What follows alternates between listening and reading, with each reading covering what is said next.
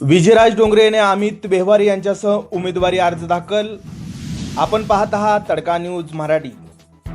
राष्ट्रवादीच्या जिल्हाध्यक्ष उमेश पाटील, मानाजी बापू माने, सर्जीराव दाजी चौरे नेत्यांच्या उपस्थितीत मोहोळमध्ये उत्साह वातावरणामध्ये उमेदवारी अर्ज दाखल. सोलापूर जिल्हा परिषद निवडणुकीच्या पार्श्वभूमीवर मोहोळ तालुक्यातील राजकीय वातावरण तापू लागले आहे. आष्टी जिल्हा परिषद गटातून राष्ट्रवादी काँग्रेस पक्षाचे अधिकृत उमेदवार म्हणून सोलापूर जिल्हा परिषदेचे माजी अर्थ व बांधकाम सभापती विजयराज मनोहर डोंगरे यांनी आपला उमेदवारी अर्ज अत्यंत उत्साही वातावरणामध्ये दाखल करण्यात आला आहे.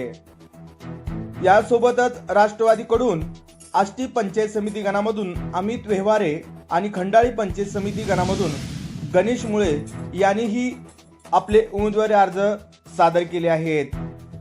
या प्रसंगी दिग्गज नेत्यांची उपस्थिती होती.